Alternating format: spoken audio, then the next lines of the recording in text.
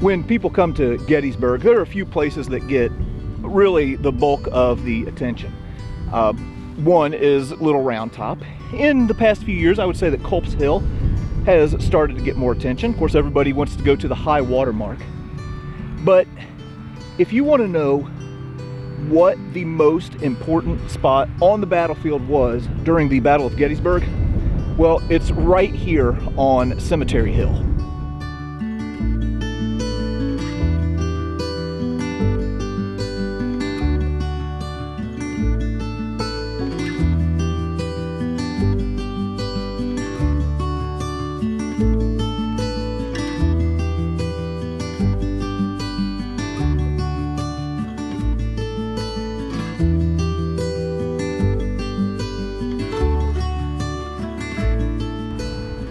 A few years back, Gary Edelman and I did a video here on East Cemetery Hill, and I'll link that in the description so you can go back and see what happened here in a little bit more detail.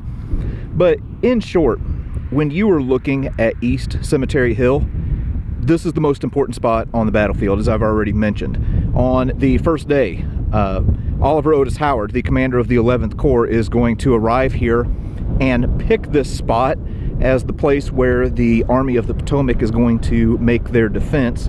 On the second day, Confederate forces under the leadership of Isaac Avery, who is leading the North Carolina Tar Heels, and Hayes, leading the Louisiana Tigers, they're going to make an attack right through here towards the end of the day, and some of them are going to even make it up to the top of the hill. But there was some fierce fighting that took place right here in this area, and after the battle, well, there are some photos that were taken from this hill where you can see the gatehouse to the Evergreen Cemetery.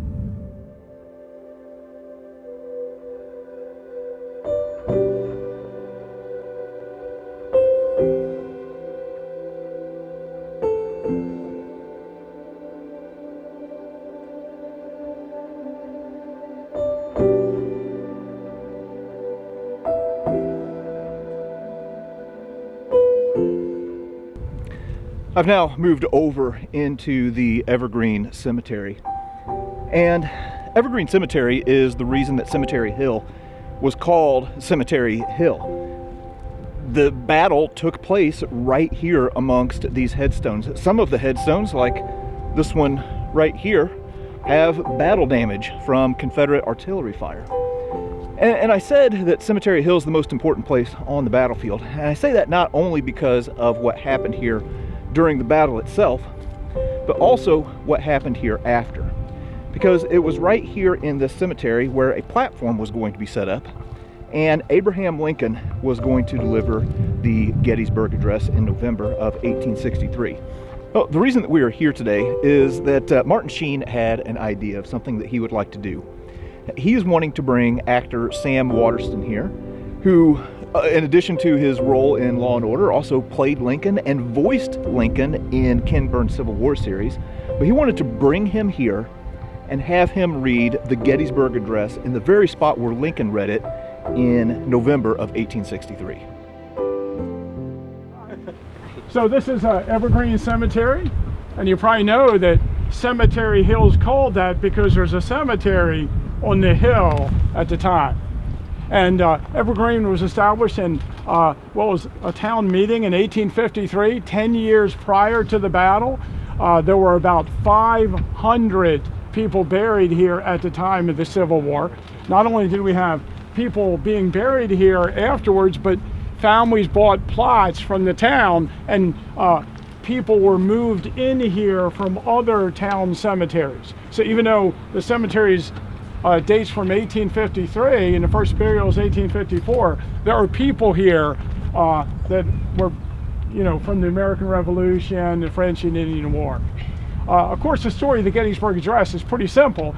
A lot of men were killed in the Battle of Gettysburg and needed a place to be buried. The governor of Pennsylvania came to Gettysburg shortly after the battle and decided that perhaps there should be a place where all the soldiers from Pennsylvania should be buried in one location. And so he hired a local agent, David Wills, who was a prominent lawyer and helped Governor Curtin in his campaign to become governor in 1860, and they chose a plot of ground. Meanwhile, Governor Curtin of Pennsylvania talked to other governors of other northern states, and he came up with this idea for the Soldiers' National Cemetery. Eventually, 3,500 northern soldiers that were killed in the battle would be buried in this cemetery. And then, of course, they wanted to dedicate the ceremony, and eventually they came up with November 19th as a date.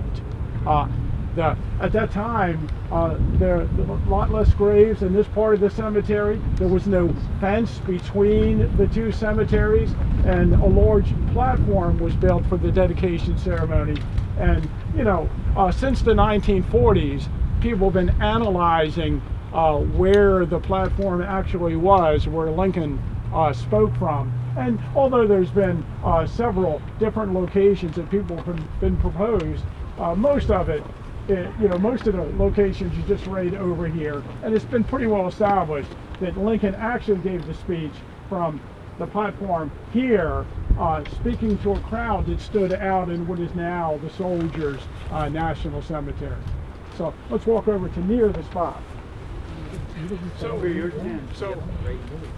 So the platform is pretty big. There was a platform. Yeah, and it's 30 foot long, like 16 foot wide, and it's somewhere in this area. Right, Gary? Yes. Feel free to get into it if you have time. Get into what? No, it's just... Some people disagree about the exact location and orientation. Yeah. But just near the spot. Good. Well, we were wondering if you might grace us with a reading of the address. I'll do it quietly if you don't mind. It was his idea. So did he? We hear, right? Do you want to stand next to him? Is there any historic information to share on the speech? There were like 15,000 people in the crowd that day, and every one of the people here heard every word of the address according to their accounts, even on the far outskirts of the crowd. So that's a common... A bunch of liars. Here's a copy, Martin, trust if you want that.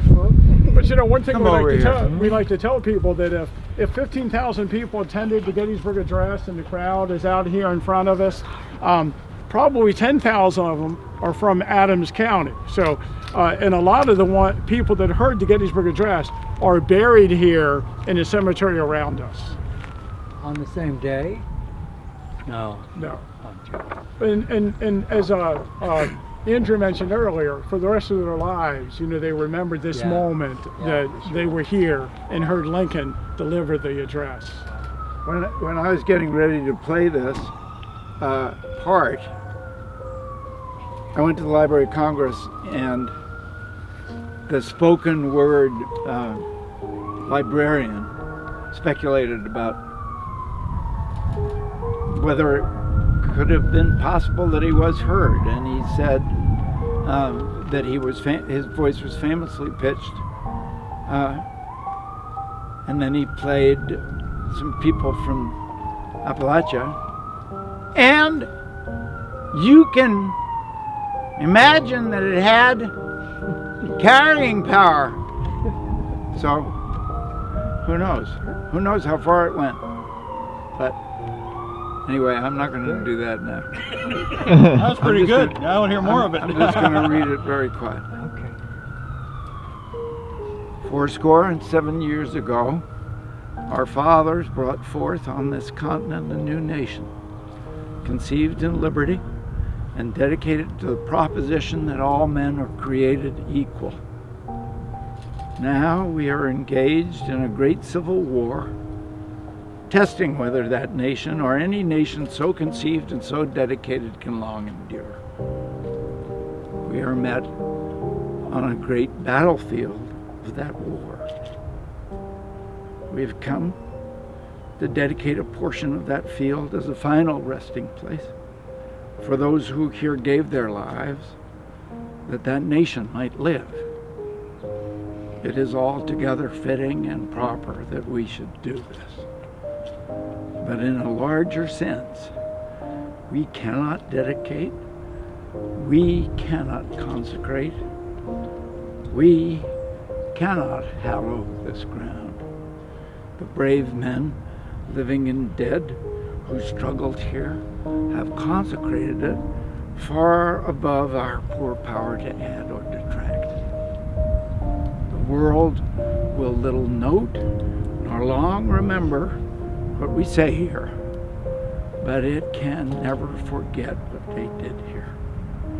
It is for us, the living, rather to be dedicated here to the unfinished work which they who fought here have thus far so nobly advanced. It is rather for us to be here dedicated to the great task remaining before us, that from these honored dead we take increased devotion to that cause for which they gave the last full measure of devotion. That we here highly resolve that these dead shall not have died in vain. That this nation, under God,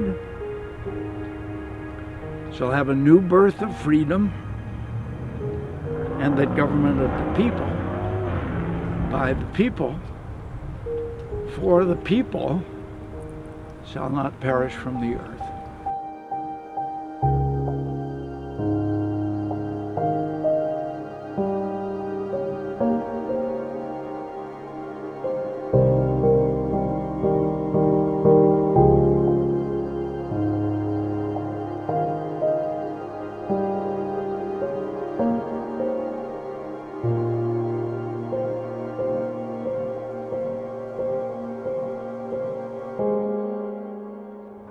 It's so good. It is so good.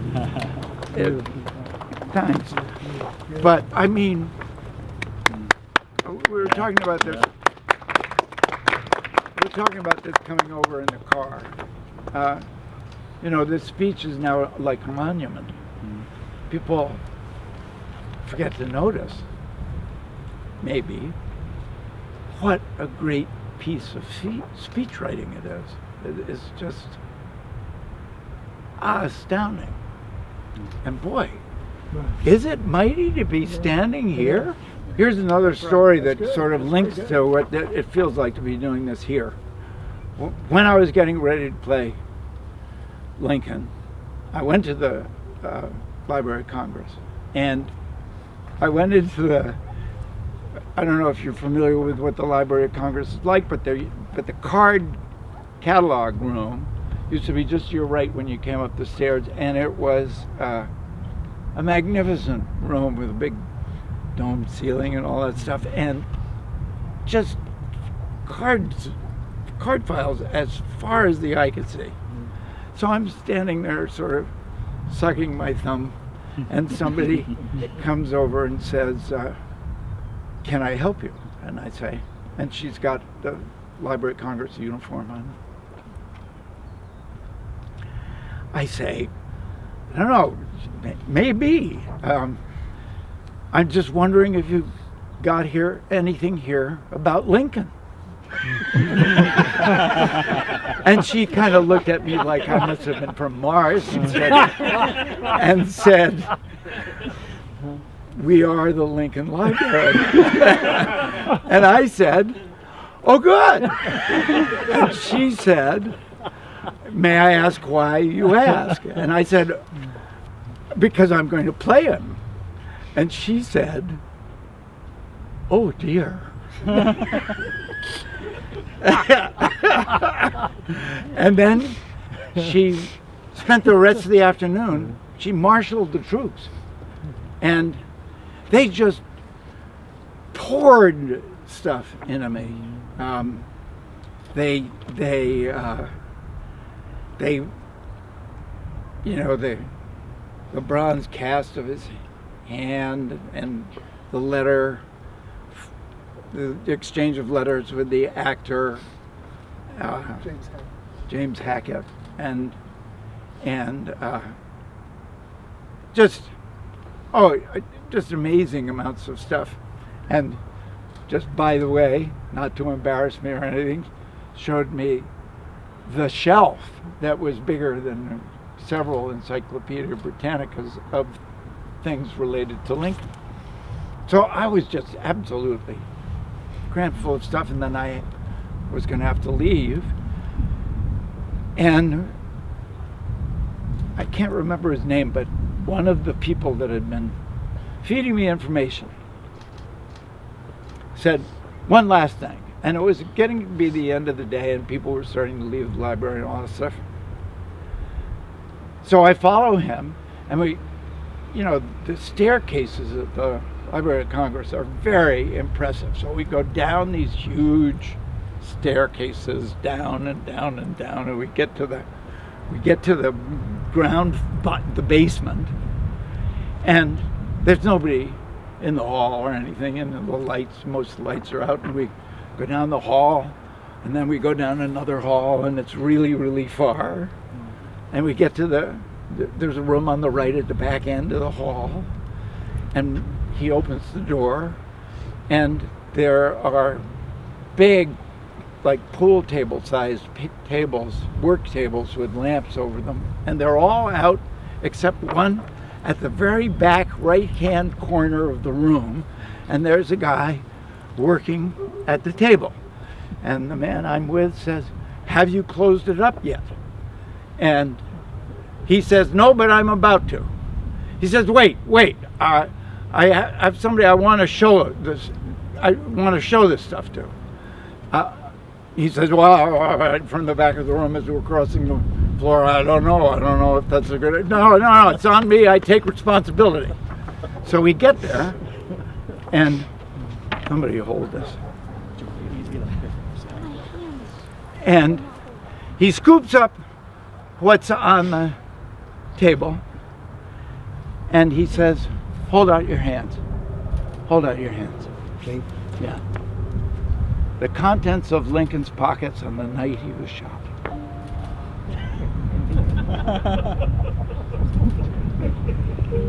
So, that's like this. That's like this. This is something. So, whoever had the idea of bringing us here, thank you. He's right there. It was you. It was you. I knew it was you. I forgot. What a great idea.